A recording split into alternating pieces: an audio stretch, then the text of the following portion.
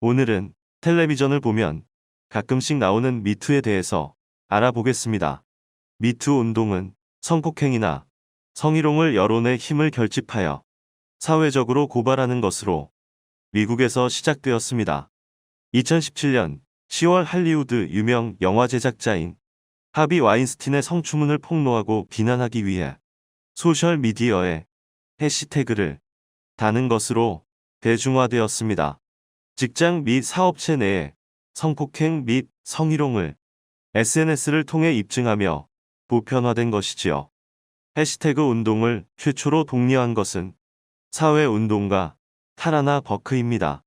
이후 알리사 밀라노가 여성들의 여성 혐오, 성폭행, 성추행 등을 공개함으로써 대중화되었습니다.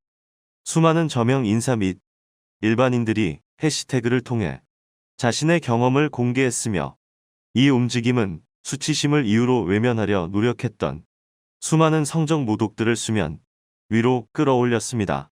그럼 해시태그와 페미니즘의 뜻을 알아보도록 하겠습니다.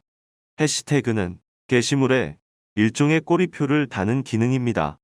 내가 본 구독물에 대하여, 나도 글 쓴 사람의 마음과 말, 글에 대하여 동감한다는 뜻으로 표현을 하는 것이라고 생각하시면 되네요. 2015년 4월 25일 네팔 수도 카투만두에서 진도 7.8의 강진이 주민들의 삶의 터전을 순식간에 무너뜨렸습니다. 공식 사망자만 3,200명에 이르렀으며 전 세계 슬픈 애도 메시지도 네팔로 모였습니다. 이때 이 소식을 들은 누리꾼들의 슬픈 애도 방식이 눈길을 끌었습니다.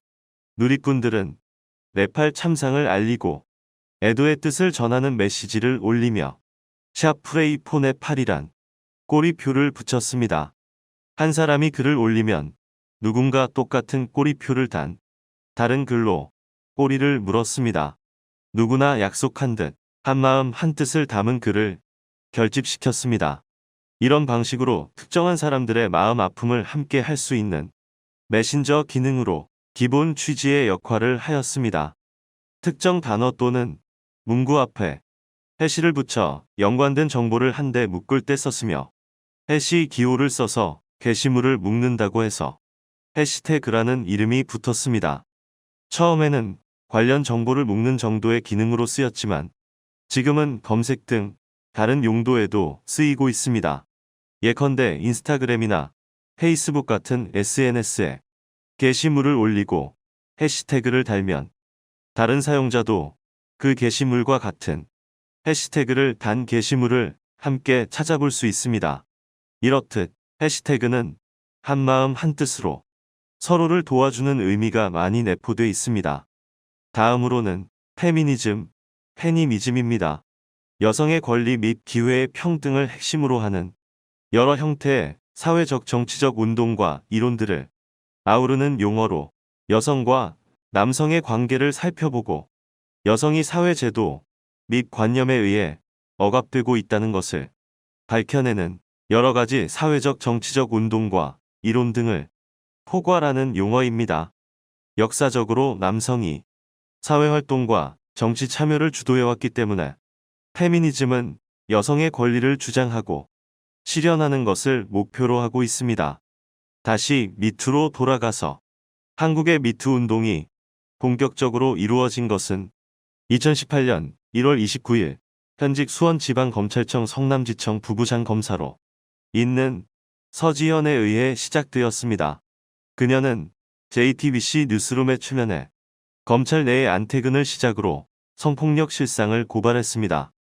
뒤따라 연극 연출가 이윤택의 성추행 사실이 SNS를 통해 폭로되면서 위력에 의한 성폭력에 대한 고발이 대한민국을 놀라게 했습니다.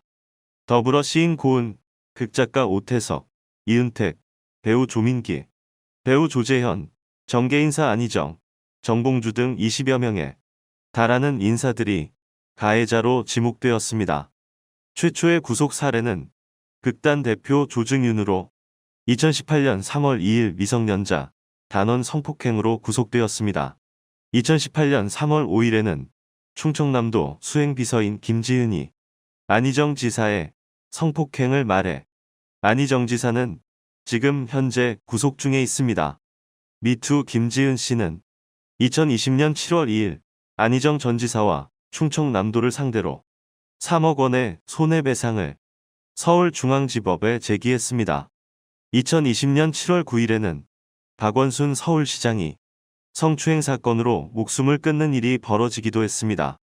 이렇듯 한순간의 잘못으로 평생 쌓아 놓은 노력과 땀방울을 한순간에 날리는 사람들이 하나, 둘 생겨나고 있습니다. 한편 한국에서도 남성들의 미투 운동이 전개되고 있습니다. 남성 미투 운동을 두고 일각에서는 성폭력, 성추행 피해자의 90% 이상이 여성인데 남성까지 미투 운동에 참여한다면 미투의 본질이 흐려진다는 말이 나오는 실정입니다. 미투는 사회 전방위에서 성희롱 내지 성추행, 성폭행을 당했음에도 불구하고 대부분의 성폭력은 강자와 약자의 입장에서 펼쳐져 약자가 강자에게 대항하는 것이 불가능한 구조로 이루어져 있습니다.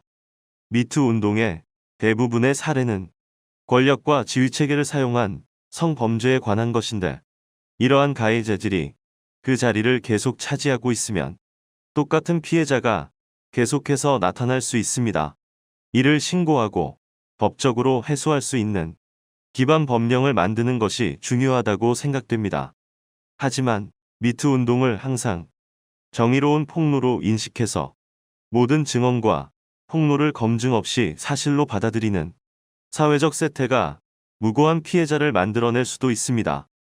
여성들, 특히 페미니스트들은 피해자라고 나타난 여자의 말을 무조건 신뢰하지만 가해자로 지명된 자의 말은 무조건 불신합니다. 어떠한 해명을 해도 일단 가해자로 지명됐으면 본인들 머리에는 평생 가해자입니다. 그리고 이것이 정말 지었다는 것을 증명하라는 식으로 나오기 때문입니다. 이것이 바로 미투 운동의 가장 심각한 문제점이자 비판을 받는 가장 치명적인 이유인 것입니다. 현재는 성범죄 피해에 대한 부분만 부각되는 상황이지만 미투 운동이 올바른 방향으로 발전해 나간다면 각종 차별 문제로 범위를 확대하여 사회 전반에 퍼져 있는 인권 침해를 당하는 소수들의 목소리를 모을 수 있는 계기를 마련해 줄 수 있을 것입니다. 일단은 자기 자신의 몸가짐을 잘하여 남에게 선망받을 수 있는 사람이 되었으면 합니다. 내용이 좋으셨다면 구독 부탁드립니다. 감사합니다.